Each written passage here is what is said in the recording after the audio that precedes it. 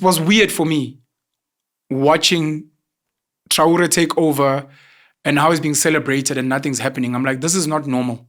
So I've already got question marks. And the way my brain works is to ask, who's protecting him? Because I know it's not the African Union. The African Union doesn't protect its own.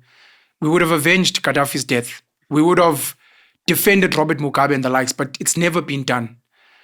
Then you start wondering, because at a time when I was visiting Russia, some of the soldiers from Burkina Faso and Traore was there at the same time. You know what I mean? Then when this thing came out that he went to visit Russia and they've just signed over some of the mines, I was like, this is a done deal. Now, for people that don't understand, would you argue that that's a bad thing? Because maybe the argument is, look, we're tired of French colonizers. They are not willing to move any bit. We're trying to find better colonizers, neocolonialists, who maybe see us as more human, give us better terms, allow us to run our country the way we want, as long as they make money. Whereas maybe the French and the Americans and the British, they meddle even in things that we don't want. The Russians are saying, marry how you want. I think Traore is a Muslim himself. Follow your Islamic. We'll just trade and then we'll support militarily and maybe through intelligence.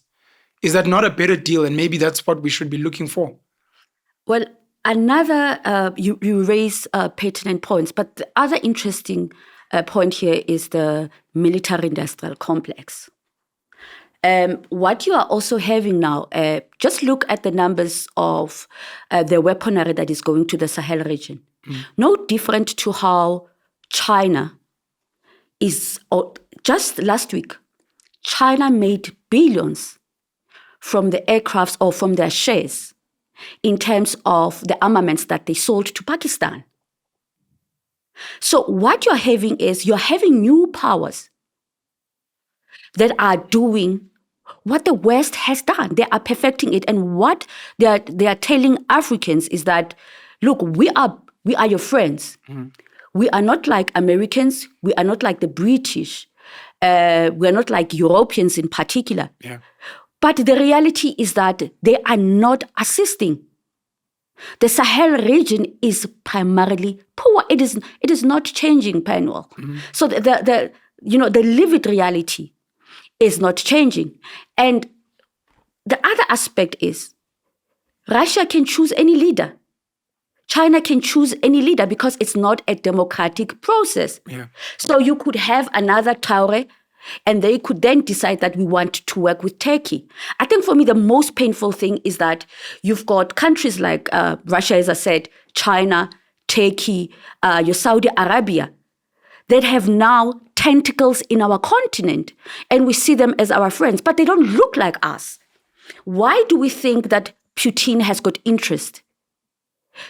Better interest than Trump, than all these Western leaders? They don't look like us. That's why when he's in trouble with the entire Western Europe, he runs to people who look like him. He runs to Donald Trump. He doesn't come to Africa. Africa is only valuable because of its minerals. And I can tell you now, our minerals won't last forever. They are non-renewable.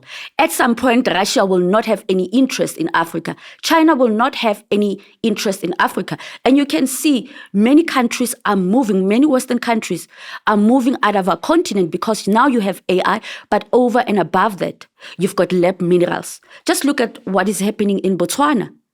Botswana is struggling to compete with India. The new millennials, those who have money, they don't want blood diamonds. They would rather buy diamonds that are made from labs. And because the previous regime did not diversify its economy, Botswana is in serious trouble. So, we've got all these complexities. And, you hear many people saying, just expropriate. It's our minerals. In the bigger scheme of things, minerals are just not that important. Of course, your electronics, they need minerals, but they are really, they are not the epicenter of development. I mean, we're speaking of, as you were saying, we're speaking of AI. We are not even talking about skills of the future as Africans. Yeah. What are we doing? We want military leaders to come impose themselves on us. Are we even ready? Can we even have this conversation if we have a dictator in South Africa? We can't. We can't, because you cannot have a free press. You cannot have a free judiciary. Women will not have rights. And the first people who are going to be affected is going to be women and our rights. The same way that women in the Sahel region do not have the rights that we have and the rights that we enjoy. So I think when people start to fantasize about these leaders, they start to fantasize about Russia, and without looking at things objectively, for me, it's an indictment. We need to start talking about African solutions, as Thabo Mbeki has said. But are those solutions dictatorship? Or is it progress? Is it looking at the institutions that we have, bettering the institutions that we have, doing what AfriForum is doing, building institutions for our people, going back to the townships where young people are dying, where young people are drinking themselves, to death. We are not doing any of these things. And we look at Afrikaners and, we look down on them, we laugh at them. They're building their own institutions. They're not waiting for the ANC government to come and save them. They are saving themselves, even if it means running away to the US.